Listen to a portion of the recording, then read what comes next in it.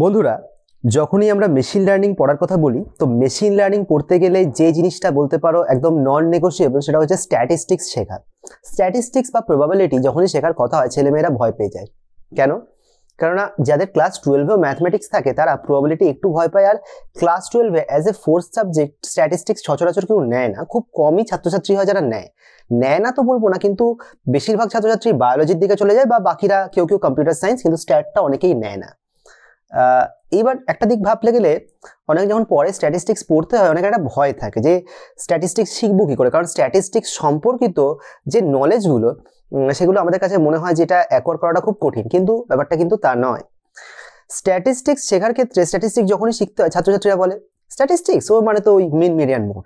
ব্যাপারটা তার নয়। স্ট্যাটিস্টিক্স যারা একটু পড়ার চেষ্টা করেছে তারা জানে মিন মিডিয়ান মোডের বাইরেও এখানে অনেক কনসেপ্ট আছে, কিন্তু স্ট্যাটিস্টিকের রোলটা ঠিক মেশিন লার্নিংয়ে কি সেটা যদি আমরা বুঝতে পারি তাহলে আমরা বুঝবো যে আমাদের ঠিক কতটুকু স্ট্যাটিস্টিক্স কিভাবে শেখা উচিত। তো প্রথমেই বলি স্ট্যাটিস্টিক্সের ভূমিকাটা মেশিন লার্নিংয়ে কি। এটা হচ্ছে এক রকমের ডেটা ভিজুয়ালাইজেশনের কাজ। আর ডেটা ভিজুয়ালাইজেশন মানে কি, ধরো পরীক্ষার খাতায় তুমি একটা প্রশ্নের উত্তর লিখছো, তুমি উত্তরগুলো পয়েন্ট করে লেখো না? কেন পয়েন্ট করে লেখো? কেন একসাথে সব জড়ো করে লিখে দাও না? কেননা যিনি পরীক্ষক, যিনি তোমার খাতাটা পড়বেন ওনার পক্ষে ওটা পড়তে সুবিধা হবে যদি তুমি একটু পয়েন্ট করে লিখে দাও।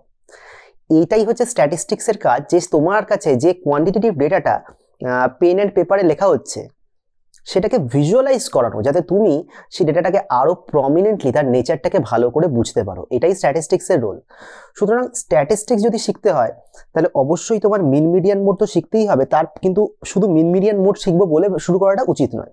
কিভাবে শিখবে? প্রথমত স্ট্যাটিস্টিক্স শিখতে গেলে শুরু করা উচিত কি কি টাইপের সিরিজ আছে, মিন কাকে বলে, মিডিয়ান কাকে বলে। আমরা কি জানি এই যে মিন মিডিয়ান মোডের কথা বলছি, যখন আমাকে ইন্ডিভিজুয়াল ডেটা স্যাম্পলস দেওয়া থাকে তখন তার মিন মিডিয়ান মোড একরকমের হয়, আর আমাকে যখন ইন্টারভাল সেট দেওয়া থাকে তখন মিন মিডিয়ান মোড একরকম হয়। আমরা অনেকেই জানি না।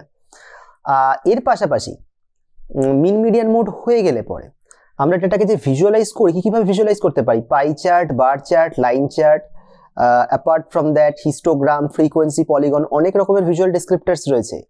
এগুলোকে আমরা কিভাবে ইউজ করছি এগুলো কিন্তু আমাদের অবশ্যই শেখা দরকার। আর এটা শেখার জন্য কোনো বইয়ের হেল্প সবসময় নিতে হবে তা নয়।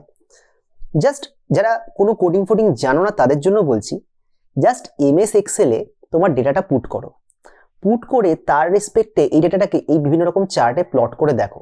তুমি নিজে দেখতে পাবে ডেটাটা কিভাবে প্লট হচ্ছে। তাহলে এই কনসেপ্টগুলো শিখতে গেলে তোমাকে কোনো বই পড়তে হবে না, জাস্ট MS এক্সেলে জাস্ট একটা টুলই তোমার জন্য যথেষ্ট।